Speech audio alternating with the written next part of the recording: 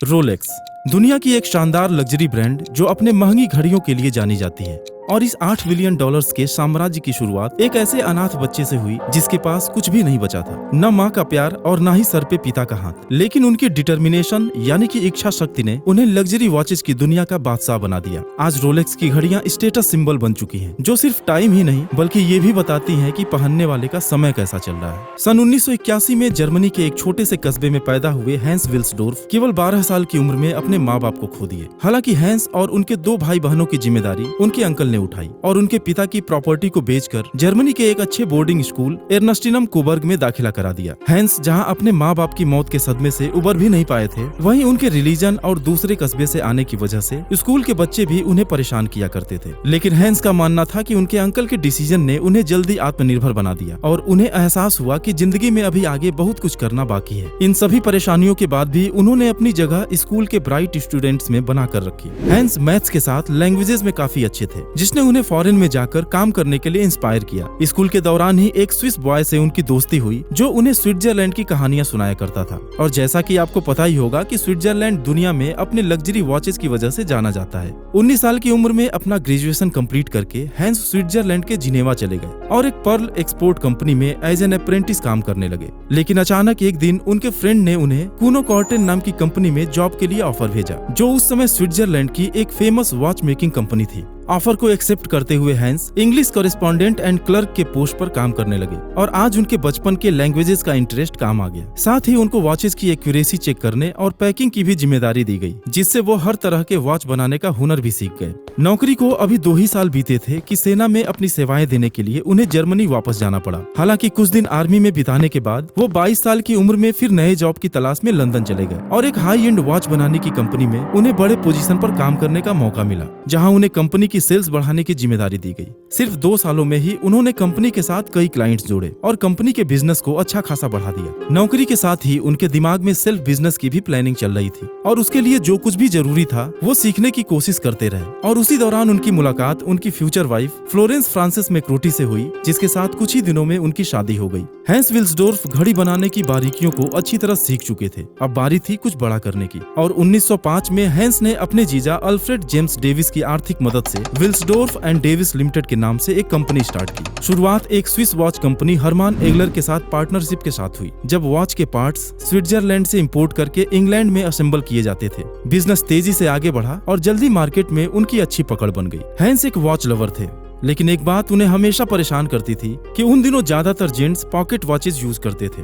Wrist watches सिर्फ औरतें use करती थीं, वो भी ज्वेलरी की तरह, क्योंकि रिस्ट वॉचेस साइज में छोटे होते थे और स्मॉल पार्ट्स की वजह से वो प्रिसाइज नहीं थे। वो कभी फास्ट तो कभी स्लो हो जाते थे। लेकिन हैंस को पॉकेट वॉचेस यूज करना मुश्किल लगता था, क्योंकि वो साइज में बड़े होते थे और टाइम देखने के लिए बार बार पॉकेट से निकालना पड़ता था। अब एक प्रिसाइज्ड वॉच बनाने के लिए हैंस अगले कई सालों तक यूरोप के अलग अलग देशों में घूमते रहे और वॉच मेकर से रिस्ट वॉचेस की छोटी छोटी डिटेल्स के बारे में जानकारी हासिल की। बाहर से जो भी सीखा उसकी मदद से उन्होंने अपना खुद का रिस्ट वॉच लॉन्च किया और धीरे धीरे क्वालिटी को इम्प्रूव करते गए। सन 1908 आते आते लोग उनके रिस्ट वॉचेस को पसंद करने लगे और वह इंग्लैंड की वॉच इंडस्ट्री के टॉप प्लेयर्स में से एक बन गए। विल्सडोर्फ एंड डेविस लिमिटेड की जगह हैंस कंपनी का एक आसान नाम रखना चाहते थे, जो हाई क्लास और अट्रैक्टिव हो और जो वॉच के डायल पर भी खूबसूरत लगे। 5 अक्षरों के नाम के लिए वो काफी दिनों तक काम करते रहे और अचानक एक दिन उनके दिमाग में एक नाम आया, रोलेक्स, जिसे 1908 में रजिस्टर करा लिया गया और रोलेक्स के ब्रांड नेम से घड़ियों का प्रोडक्शन किया जाने लगा। सब कुछ ठीक चल रहा था, लेकिन उसी दौरान फर्स्ट वर्ल्ड वॉर की शुरुआत हो गई और बिजनेसेस पर इसका बुरा असर पड़ने लगा। यहाँ तक कि कुछ वॉच फर्म्स बंद भी हो गए, लेकिन रोलेक्स नहीं। ये वो दौर था जिसमें रोलेक्स वॉचेज और फेमस होने लगे, क्योंकि एक्यूरेट टाइम और हर सिचुएशन में काम करने की क्वालिटी की वजह से सिपाहियों और अधिकारियों को रोलेक्स वॉच दिया जाने लगा। और इसका फायदा ये भी था कि इसे पॉकेट वॉच की तरह बार बार जेब से निकालना नहीं पड़ता था। कंपनी इतनी तेजी से आगे बढ़ी कि सन 1914 में लंदन में बड़ा ऑफिस खोलकर 60 लोगों को अपॉइंट किया गया। रोलेक्स को स्विट्जरलैंड से मिले first wrist watch chronometer rating और लंदन स्क्यू ऑब्जर्वेटरी से class A certificate of precision ने इसकी विश्वसनीयता को और बढ़ा दिया। लेकिन सब कुछ रोलेक्स के फेवर में नहीं हुआ। सन 1914 में ब्रिटिश गवर्नमेंट ने उन सभी आइटम्स पर 33% एक्सपोर्ट ड्यूटी लगा दिया जो दूसरे देशों को भेजे जा रहे थे। ये हैंस के लिए चिंता की बात थी, क्योंकि उनका पूरा बिजनेस एक्सपोर्ट पर ही निर्भर था। और दूसरी प्रॉब्लम ये भी थी कि वर्ल्ड वॉर की वजह से ब्रिटिश लोग जर्मन्स को पसंद नहीं कर रहे थे। इसी वजह से हैंस को अपना हेडक्वार्टर लंदन से स्विट्जरलैंड के बियेन शिफ्ट करना पड़ा और 1919 में रोलेक्स का ऑफिस बियेन से जिनेवा शिफ्ट कर दिया गया, जहां आज भी रोलेक्स का हेडक्वार्टर है। सन 1924 में रोलेक्स ने अपने 5 स्टार लोगो को ट्रेडमार्क कराया, जो उनकी घड़ियों को और लग्जरी लुक देने लगे। फिर आया साल 1926, जब रोलेक्स ओएस्टर के लॉन्च ने वॉच इंडस्ट्री को बदल कर रख दिया। असल में यह इतिहास की पहली वाटरप्रूफ रिस्ट वॉच थी और हैंस को पता था कि ये एक रेवोल्यूशन है जिसे लोग हाथों हाथ लेंगे, लेकिन उन्होंने इसे दुनिया के सामने रखने के लिए सही टाइम का वेट किया। सन 1927 में हैंस को एक इंग्लिश महिला ग्लाइड्स के बारे में पता चला कि वह 20.5 मील के इंग्लिश चैनल को तैर कर पार करने का दावा करती है। लोगों को जब विश्वास नहीं हुआ तो हजारों लोगों के सामने उस लेडी को ये करतब दिखाने का मौका दिया गया।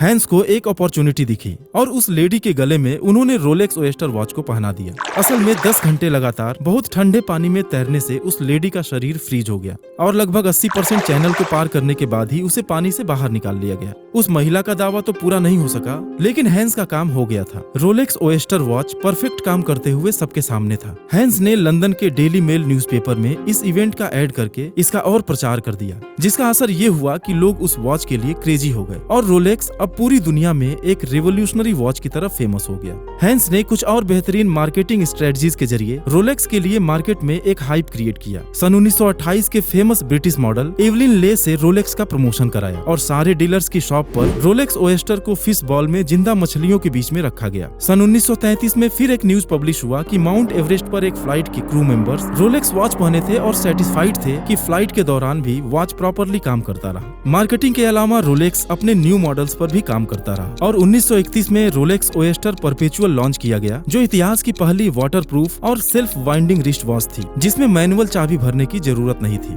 सन 1939 में वर्ल्ड वार 2 शुरू हो गया और जर्मन ब्रांड होने की वजह से यूरोपियन कंट्रीज में रोलेक्स का एक्सपोर्ट बंद हो गया, जिससे कंपनी का सेल्स काफी नीचे गिरने लगा और दुर्भाग्य से 1944 में उनके वाइफ की भी डेथ हो गई, जिससे हैंस फ्रस्ट्रेट हो गए और अपनी वाइफ की याद में उन्होंने हैंस विल्सडोर्फ फाउंडेशन की स्थापना की, जो एक प्राइवेट चैरिटी ट्रस्ट थी। अपनी मौत के पहले ही हैंस ने रोलेक्स का 100% ओनरशिप फाउंडेशन को ट्रांसफर कर दिया, जो अभी भी रोलेक्स को कंट्रोल करती है। इसलिए रोलेक्स कभी भी पब्लिक प्रॉपर्टी नहीं बनेगी और चैरिटी की वजह से इसे कोई टैक्स भी नहीं देना पड़ेगा। वर्ल्ड वार 2 खत्म होने के बाद रोलेक्स की बिक्री में तेजी से इजाफा हुआ। सन 1945 में रोलेक्स डेट जस्ट लॉन्च किया गया, जिसमें वॉच के डायल पर तारीख भी दिखता था और 10 साल बाद एक और revolutionary model Rolex day date को लॉन्च किया गया, जिसमें डायल पर तारीख और दिन दोनों डिस्प्ले होते थे, जो आजकल आप जनरली सभी वॉचेस में देख सकते हैं। रोलेक्स आगे भी नए नए मॉडल्स बनाता रहा और 1953 में सबसे लीजेंडरी वॉच रोलेक्स सबमरीनर के नाम से सामने आया, जो एक डीप ड्राइव वाटरप्रूफ वॉच था और 100 मीटर पानी के भीतर भी परफेक्ट काम करता था। 1953 में माउंट एवरेस्ट को पहली बार फतह करने वाले एडमंड हिलेरी ने रोलेक्स की ही घड़ी पहनकर माउंट एवरेस्ट पर चढ़ाई की और इतना हाई एल्टीट्यूड होने के बावजूद भी इस घड़ी के समय में 1 सेकेंड का भी अंतर नहीं आया। और इसी तरह रोलेक्स की घड़ी को 1960 में समुद्र के 100 फीट अंदर पनडुब्बी की मदद से भेजा गया और वहाँ पर पानी का इतना प्रेशर होने के बाद भी घड़ी पूरी तरह से सही काम कर रही थी। और इन सभी बातों से आप अंदाजा लगा सकते हैं कि पहाड़ की ऊंचाई हो या समुद्र की गहराई, हर जगह पर रोलेक्स की घड़ियां सटीक काम करती हैं और यही फीचर रोलेक्स की सबसे बड़ी खासियत और ताकत है। सन 1960 में हैंस विल्सडोर्फ के मौत के बाद रोलेक्स अपने आप को एक लग्जरी ब्रांड की तरह स्थापित करने लगी और हाई सोसाइटी पीपल्स पर फोकस करने लगी। आज रोलेक्स अपने वॉचेस में 904L स्टील का इस्तेमाल करती है, जो बहुत ही महंगी और हाई ग्रेड स्टील है। दोस्तों, घड़ियों में रोलेक्स ही एकमात्र ऐसा ब्रांड है जिसे लोग अपने हाथों से असेंबल करते हैं, यानी कि रोलेक्स की हर एक घड़ी हैंडमेड होती है और यही वजह है कि इतनी बड़ी कंपनी हर रोज सिर्फ 2000 घड़ियां ही बना पाती हैं। रोलेक्स ने पहली बार 2008 में भारत में कदम रखा था और यहाँ के भी रईस लोगों के लिए यह घड़ी पहली पसंद है। अब देखा जाए तो इन घड़ियों की कीमत 2 लाख रुपए से शुरू होकर करोड़ों रुपए तक जाती है, लेकिन शौकीन लोग कीमत देखकर चीजें नहीं खरीदते। इस तरह एक अनाथ बच्चे ने, जिसके पास कुछ भी नहीं था, अपने पैशन और कुछ करने की जिद से पूरी वॉच इंडस्ट्री को बदल कर रख दिया और इंडस्ट्री का मोस्ट इन्फ्लुएंशियल व्यक्ति बन गया। तो दोस्तों, आज की वीडियो में बस इतना ही। अगर वीडियो पसंद आई हो तो चैनल को सब्सक्राइब करके बेल आइकन को जरूर प्रेस कर दें। आपका बहुत बहुत धन्यवाद।